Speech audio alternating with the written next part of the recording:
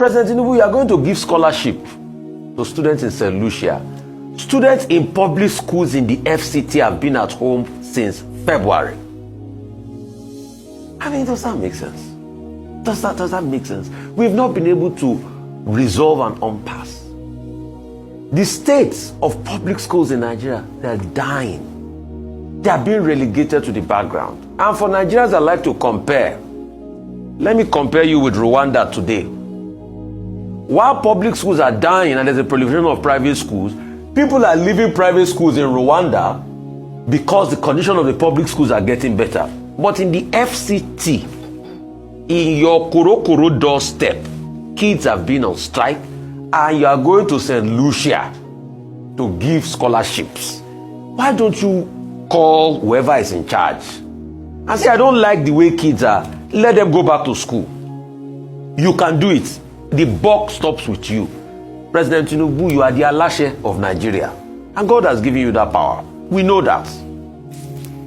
So we're going to give in the spirit of soft power, diplomacy. I mean, I can talk all that diplomacy talk from here till tomorrow. Yes, Organization of Caribbean Nations. In fact, Professor Bolaji Akiyemi was saying, you know, with all of these overtures, they might even support Nigeria if we need a place on the Security Council and all of that. You know, we're trying to postulate the benefits of this. You know, 1/3 of Nigerians were taken to St. Lucia and slavery. We can talk all of that speak. But I just went for the principle of Falano. They don't scatter my people. They say charity begins at home. In FCT here, government school students have been at home since February. But Tinubu left Nigeria to St. Lucia to actually give scholarship to citizens of St. Lucia to come and school in Nigeria for free.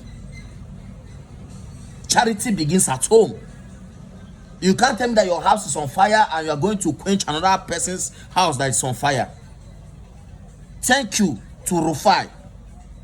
RUFAI actually is a kind of journalist. Even a video that I'm going to post later, that RUFAI actually asked P2B, he said, how can you come out and say you are going to stabilize Nigeria under 2 years? It's a question to ask.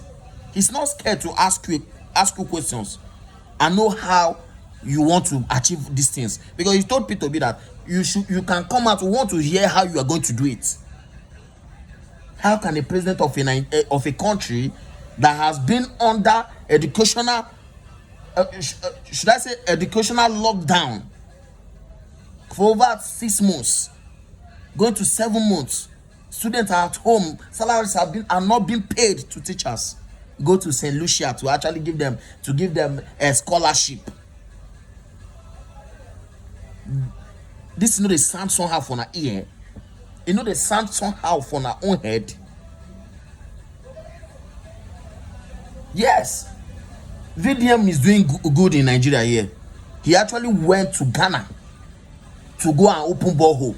How many people do you hear that criticized VDM?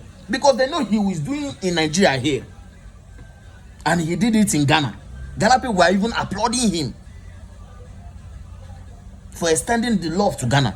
But Nigerian government, you want to please the world instead of pleasing the people that voted you in. It's a lack of incompetency. Once you are not credible, you can never be credible. Yes, you cannot do.